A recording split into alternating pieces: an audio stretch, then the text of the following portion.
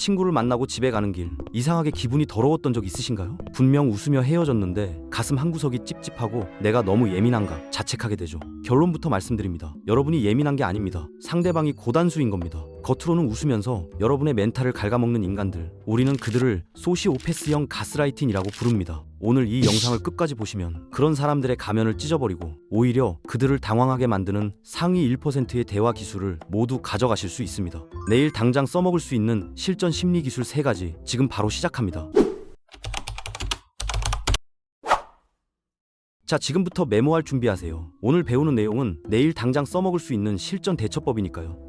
먼저 첫 번째 유형부터 볼게요. 바로 농담 핑계형이에요. 이 사람들 진짜 특징이 뭐냐면 여러분한테 은근히 상처되는 말을 해놓고요. 여러분이 기분 나빠하면 바로 이렇게 말하는 거예요. 야, 장난인데 왜 그래? 너무 진지하게 받아들이지 마. 분위기 싸하게 왜 그래? 이런 식으로 오히려 여러분을 유머 감각 없는 사람으로 만들어버리는 거죠. 실제 상황을 한번 볼게요. 직장에서 프레젠테이션 했어요. 그런데 동료가 이렇게 말하는 거예요. 오늘 발표 괜찮았어. 근데 중간에 좀 떨었던 것 같던데? 목소리가 작아서 뒤에서 잘 안 들렸어. 하하하. 그래도 노력은 인정해줄게. 이렇게 말하면서 어깨를 툭툭 치는 거예요. 여러분이 표정이 굳으면 또 이렇게 말하죠. 야, 농담이야, 농담. 왜 이렇게 예민해? 칭찬한 건데. 이 순간 여러분은 혼란스러워져요. 분명 기분 나쁜데 상대방은 칭찬했다고 하니까요.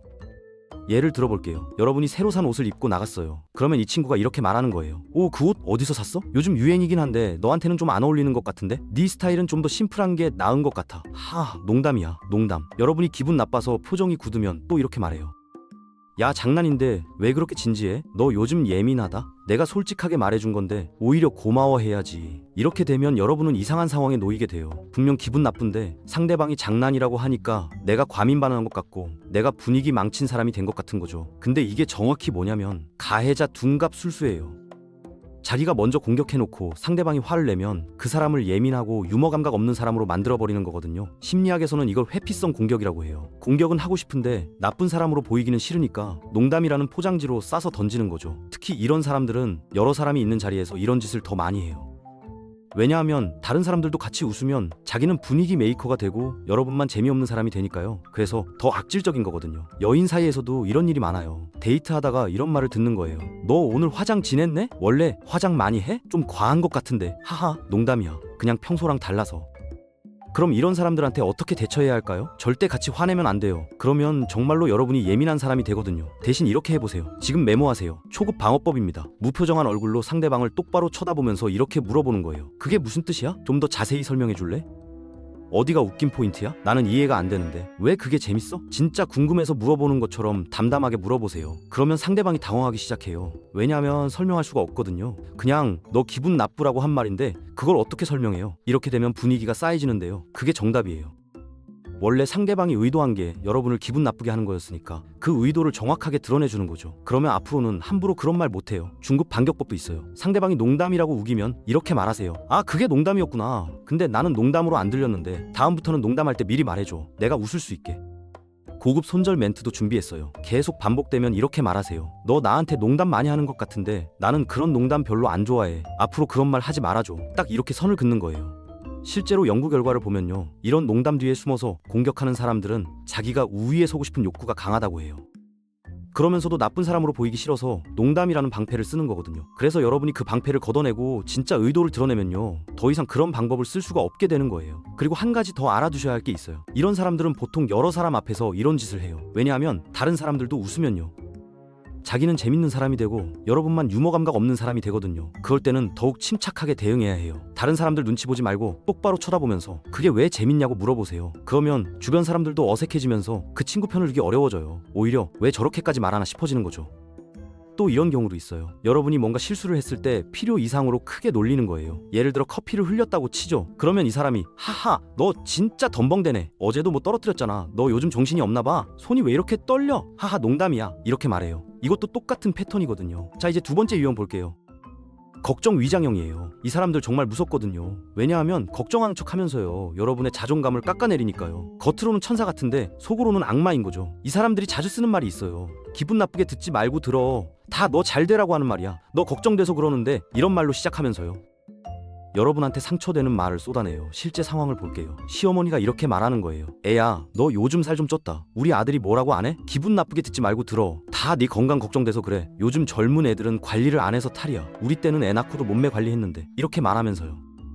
여러분의 외모를 계속 지적하는 거예요. 또 직장 상사가 이런 말을 할 수도 있어요. 자네 그 프로젝트 계속 맡을 건가? 솔직히 자네 능력으로는 좀 벅찬 것 같은데 내가 잘 되라고 하는 말이야. 무리하지 말고 다른 팀원한테 넘기는 게 어때? 자네 커리어를 위해서 하는 조언이야. 이런 식으로 능력을 의심하게 만드는 거죠. 이 사람들의 진짜 속마음이 뭐냐면 두 가지예요. 첫 번째는 자기 우월감을 확인하고 싶은 거예요. 여러분을 걱정해줄 수 있는 위치에 있다는 걸 확인하면서요. 자기가 더 우월하다는 느낌을 받는 거죠. 심리학에서는 이걸 투사 효과라고도 불러요. 자기가 느끼는 열등감을 남한테 투사해서 자기를 위로하는 거거든요. 두 번째는 여러분을 통제하고 싶은 거예요. 계속 불안하게 만들고 자신감을 떨어뜨려서요. 결국 자기 말을 듣게 만드는 거거든요. 실제로 심리학 연구를 보면 이런 식으로 걱정을 가장한 비난을 계속 들으면요. 자존감이 점점 낮아지고 자기 결정에 대한 확신이 사라진다고 해요. 그래서 결국 다른 사람의 의견에 의존하게 되는 거죠. 특히 이런 사람들 특징이 뭐냐면요. 여러분이 뭔가 새로운 걸 시작하려고 할 때 더 심해져요. 새 직장 구했다고 하면 축하하는 게 아니라 거기 복지는 어때? 연봉은 괜찮아? 일이 힘들다대대 괜찮겠어? 이직률이 높다던데요? 이러고 새로 연애 시작했다고 하면 그 사람 괜찮아? 직업은 뭐래? 너한테 잘해? 전 애인은 몇 명이래? 이런 식으로 불안하게 만드는 거예요. 겉으로는 걱정하는 척하지만 사실은 여러분이 잘 되는 게 싫은 거거든요. 그럼 이런 사람들한테는 어떻게 대처해야 할까요? 핵심은 선긋기예요. 아주 단호하게 선을 그어야 해요. 메모하세요. 초급 방어법입니다. 상대방이 걱정하는 척하면서요. 뭐라고 할 때 이렇게 말해보세요. 내 걱정은 내가 할게. 조언 고마운데 난 괜찮아. 이 문제는 내가 알아서 결정할게. 중급 반격법도 있어요. 조언 고마운데 난 내 선택이 괜찮다고 생각해. 네가 걱정해줘서 고맙긴 한데 이건 내 인생이니까 내가 결정할게. 고급 손절 멘트는 이거예요. 네 걱정은 이해하는데 계속 그런 말 하면 나 기분 나빠.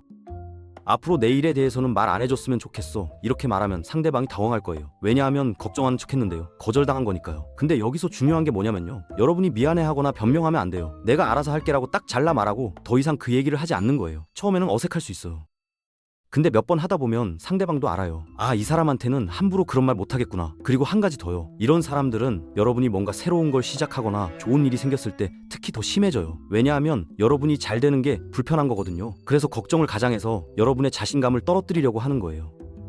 그럴 때는 더욱 단호하게 대응해야 해요. 걱정 안 해도 돼. 나한텐 좋은 기회야. 이렇게 딱 잘라 말하고 더 이상 그 얘기를 끌지 마세요. 또 이런 사람들은 여러분이 힘들어하는 모습을 보면 은근히 좋아해요. 겉으로는 위로하는 척하지만 속으로는 내가 걱정했던 대로 안 됐네라고 생각하는 거거든요. 그래서 여러분이 힘든 상황에서도 이 사람들한테는 절대 약한 모습 보이면 안 돼요. 보이는 순간 더 깎아내리거든요. 진짜 위로가 필요하면 다른 사람한테 받으세요. 이제 세 번째 유형 갈게요. 이게 진짜 가스라이팅의 끝판왕이에요. 바로 기억 조작형이에요. 이 사람들이 하는 짓이 뭐냐면 자기가 분명히 한 말이나 행동을요. 나중에 싹 부정해버려요. 그러면서 여러분의 기억력을 의심하게 만드는 거죠. 대표적인 말이 이거예요. 내가 언제 그랬어? 네가 착각한 거 아니야. 네가 기억력이 안 좋네. 너 요즘 예민해서 그런 거 아니야? 이런 식으로 계속 여러분의 인지 능력을 의심하게 만들어요. 실제로 가스라이팅이라는 용어가 어디서 나왔는지 아세요? 1938년 패트릭 해밀턴이라는 작가가 쓴 연극에서 나온 말이에요. 남편이 집안의 가스등을 일부러 어둡게 했다가 아내가 어둡다고 하면 아니야 그대로인데 당신이 착각하는 거야 라고 말하면서 아내의 정신을 의심하게 만드는 내용이거든요. 그래서 가스라이팅이라는 이름이 붙은 거예요. 실제 상황을 볼게요. 연인 사이에서 이런 일이 있었어요. 남자친구가 다음 주 토요일에 우리 집에서 영화 보자고 분명히 말했거든요. 근데 토요일이 되니까 연락이 없는 거예요. 여자친구가 전화했더니요. 이렇게 말해요. 내가 언제 토요일에 만나자고 했어? 난 분명히 다음 주 일요일이라고 했는데 네가 잘못 들은 거 아니야? 또 다른 예시 볼게요. 친구가 여러분한테 10만 원을 빌려갔어요. 근데 한 달이 지나도 갚을 생각을 안 하는 거예요. 여러분이 돈 얘기를 꺼내면 이렇게 말해요. 내가 돈 빌렸어? 그냥 네가 밥 사준 거 아니었어? 우리 사이에 그런 거 따지는 거 좀 그렇지 않아? 네가 기억을 잘못하는 것 같은데? 이렇게 되면 여러분은 정말 혼란스러워져요. 내 기억이 틀린 건가? 내가 착각한 건가? 이런 생각이 들면서요. 자기 자신을 의심하기 시작하는 거죠. 이게 왜 무서우냐면 이런 일이 반복되면 여러분이 자기 판단력을 잃어버리게 돼요. 심리학자들이 연구한 결과를 보면 이런 기억 조작을 계속 당하면 자기 인지 능력에 대한 신뢰가 무너지고요. 결국 가해자에게 의존하게 된다고 해요. 왜냐하면 내 기억은 믿을 수 없고 상대방 말이 맞는 것 같으니까 상대방한테 물어봐야 되는 거죠. 그럼 이런 사람들한테는 어떻게 대처해야 할까요? 답은 하나예요. 기록이에요. 메모하세요. 증거 수집 방법입니다. 첫째 중요한 약속은 카톡으로 확인받으세요. 오늘 통화한 내용 정리하면요.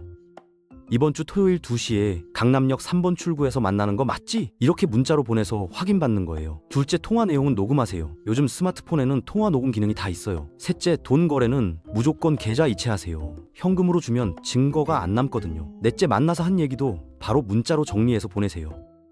오늘 만나서 얘기한 거 정리하면 이거 맞지? 이렇게 해요. 그러면 나중에 상대방이 기억 안 난다고 할 때 증거를 보여줄 수 있거든요. 그런데 여기서 더 중요한 게 있어요. 만약 증거를 보여줬는데도 계속 부정하고요, 여러분을 이상한 사람 취급하면 그 사람은 손절하는 게 답이에요. 그 정도면 고칠 수 있는 수준이 아니거든요.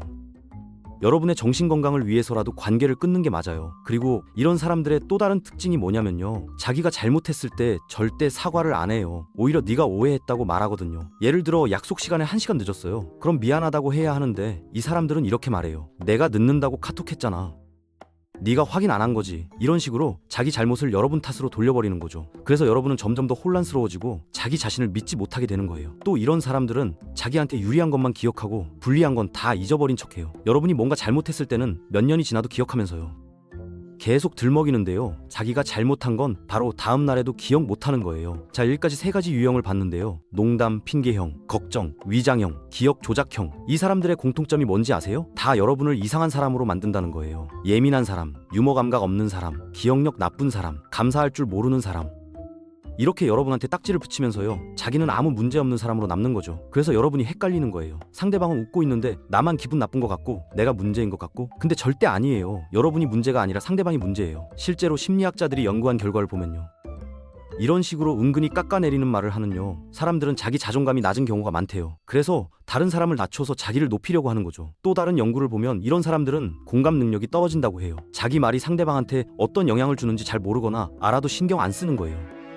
심지어 일부 심리학자들은 이런 행동이 소시오패스적 특성을 보인다고도 말해요. 남의 감정에 무감각하고 자기 이익만 챙기는 거거든요. 그리고 가장 무서운 건 이런 행동이요, 습관이 되면 본인도 모르게 계속한다는 거예요. 처음에는 의도적으로 시작했을 수도 있는데요, 나중에는 그냥 자동으로 나오는 거죠.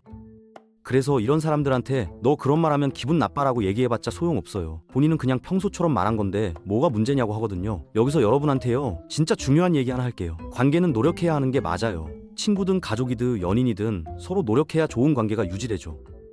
근데 나를 갉아먹는 관계는 끊어내는 게 노력이에요. 계속 참고 견디는 게 노력이 아니라 내 정신건강을 지키기 위해 관계를 정리하는 것도 노력이거든요. 많은 분들이 이런 관계에서 벗어나지 못하는 이유가요, 뭐냐면 죄책감 때문이에요. 내가 너무 예민한 건가? 한 번만 더 참아볼까? 원래 친구인데요. 이 정도로 끊기엔 좀 그렇지 않나? 이런 생각들이 여러분을 붙잡는 거죠. 근데 생각해보세요. 진짜 친구라면 여러분이 기분 나쁘다고 했을 때요, 미안해하고 고치려고 노력하지 않을까요? 여러분을 계속 불편하게 만들면서도요, 전혀 바뀌지 않는다면 그게 진짜 친구일까요? 또 이런 분들도 있어요. 그래도 좋은 면도 있는데 나쁜 면만 보는 건 아닌가? 근데 말이죠, 좋은 면이 있다고 해서 나쁜 면을 참아야 한 건 아니에요. 특히 그 나쁜 면이 여러분의 자존감을요, 깎아내리고 정신건강을 해친다면 더더욱 참으면 안 돼요. 건강한 관계는 서로를 높여주는 관계예요. 만났다 헤어지면요, 기분이 좋아지고 에너지가 생기는 관계. 그런데 만나고 나면 기분이 더럽고 자꾸 그 사람 말이 생각나면서 기분이 나빠진다면요, 그건 건강한 관계가 아니거든요. 그래서 여러분한테 정말 하고 싶은 말이 있어요. 여러분은 존중받아야 할 사람이에요. 그냥 참고 맞춰줘야 하는 사람이 아니라요. 존중받고 배려받아야 하는 사람이라고요. 누군가 여러분을 불편하게 만든다면 여러분이 예민해서가 아니라 상대방이 선을 넘은 거예요. 누군가 여러분의 기분을 상하게 하고도 장난이었다고 한다면 그건 장난이 아니라 비겁한 거예요. 누군가 걱정한다면서 계속 여러분의 선택을 비난한다면요, 그건 걱정이 아니라 통제예요. 누군가 자기 말을 부정하면서 여러분의 기억력을 의심하게 만든다면 그건 여러분 문제가 아니라요, 그 사람이 거짓말쟁이인 거예요. 이제 오늘 처음 했던 얘기로 돌아가 볼게요. 친구 만나고 집에 오는 길에요, 왠지 모르게 찜찜하고 기분이 나쁜 그 느낌.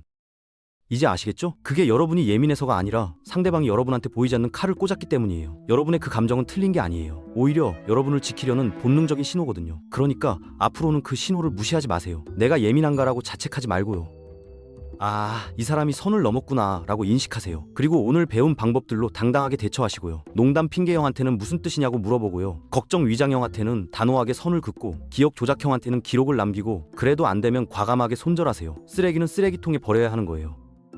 여러분 인생에서 여러분을 깎아내리는 사람들을 과감하게 정리하세요. 그래야 진짜 좋은 사람들이 들어올 자리가 생기거든요. 여러분을 응원하고 지지해주고 만나면 기분 좋아지는 그런 사람들 말이에요. 오늘부터 시작해보세요. 여러분의 소중한 에너지를요, 여러분을 소중하게 여기는 사람들한테만요 쓰는 거예요. 여러분은 충분히 그럴 자격이 있어요. 오늘 영상이 도움이 되셨다면 구독과 좋아요 눌러주시고요. 여러분의 멘탈을 지켜드리는 심리 부스터였습니다. 다음 영상에서 또 만나요.